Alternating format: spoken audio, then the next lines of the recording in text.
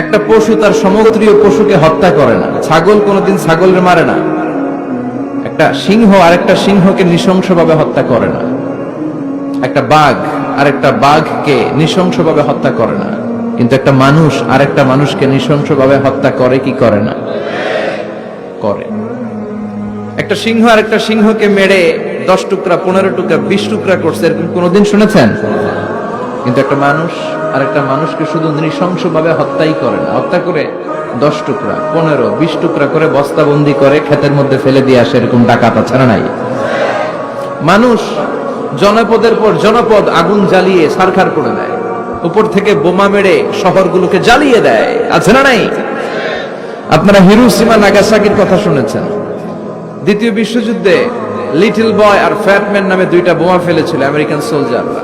কি আজীব ঘটনা! হাজার হাজার মানুষ নিচে বসবাস করছে, ওই পাইলটরা 2টা বোমা নিয়ে উপর থেকে ছেড়ে দিল। যে পাইলটরা ফেলতেছে ওরাও কিন্তু মানুষ, ঠিক কিনা? আর যাদেরকে মারার জন্য ফেলা হচ্ছে তারাও মানুষ।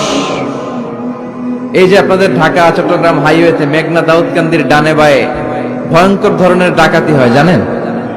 কুপিয়ে মানুষকে জখম করে রেখে দিয়ে যায়। আমি অবাক হই যে যারা কোপাচ্ছে এরাও মানুষ, আর যাদের টাকা ছিনতাই করে নিয়ে যাচ্ছে এরাও মানুষ।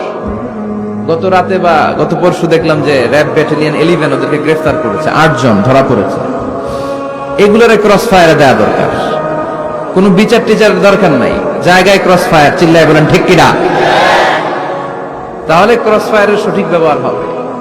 তো মানুষ যদি ভালো হয় ফেরেশতার চেয়ে ভালো, মানুষ খারাপ হলে পশুর চেয়েও খারাপ। এখন সিদ্ধান্ত আপনার, আপনি কি ভালো হবেন না খারাপ হবেন? আমরা এমন মানুষ হতে চাই যে মানুষের মর্যাদা ফেরেশতাদের চেয়েও বেশি। এই কোরআন এসেছে আমাদেরকে মানুষের মতো মানুষ বানাতে। পৃথিবীতে মানুষের বড্ড অভাব। অনেকে বলতে পারেন হুজুর কি বলেন, 700 কোটি মানুষ আর আপনি কোন মানুষের অভাব? কোথাও গেলেই খালি মানুষ আর মানুষ, রাস্তাঘাটে মানুষ, এখানে মানুষ, ওখানে মানুষ, বিশাল লম্বা সিরিয়াল। এগুলো খালি চোখে আপনারা যা দেখেন এগুলো মানুষ না, এগুলো জনসংখ্যা। এগুলো কি? এজন্য বলা হয় বাড়ছে জনসংখ্যা কিন্তু কমছে মানুষ। বাড়ছে কি কিন্তু কমছে কি? মানুষের মতো মানুষ হওয়া খুব দরকার। কোরআন এসেছে আমাদেরকে মানুষের মতো মানুষ বানাতে। আমি প্রায় বলি যে গরুর পেট থেকে বেরোলে ওটা গরু হয়ে যায়, ছাগলের পেট থেকে বেরোলেই ছাগল, মুরগির পেট থেকে বেরোলেই মুরগি, কিন্তু মানুষের পেট থেকে বেরোলেই ওটা মানুষ হয় না, ওটার মানুষ করতে হয়, ওটার মানুষ বানাতে হয়, ঠিক কিনা?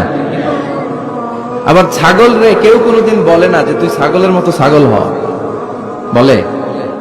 গরুরে কেউ কোনোদিন বলছে তুই গরুর মতো গরু হ? আপনাদের এলাকায় গরু টরু তো নাই না, এজন্য বুঝতে অনেক কষ্ট হচ্ছে মনে হয়। আছে গরু? গরু পালেন না আপনারা?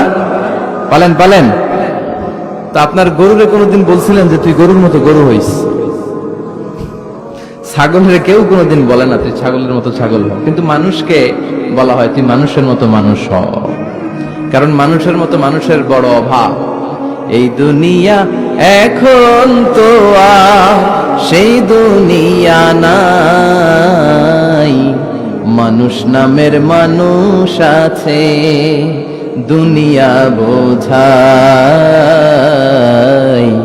সেই মানুষের ভিড়ে আমার আসল মানুষ নাই, ঠিক কিনা?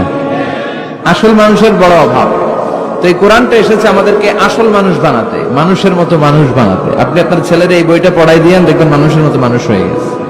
এই ছেলে আর চাঁদাবাজি করবে না, টেন্ডারবাজি করবে না, খাদ্যে ভেজাল দিবে না, মাছে ফরমালিন দিবে না, কোন সুন্দরী নারীকে মাঝরাতে পেলে ধর্ষণের চেষ্টা করবে না। চিল্লায় এখন ঠিক কিনা?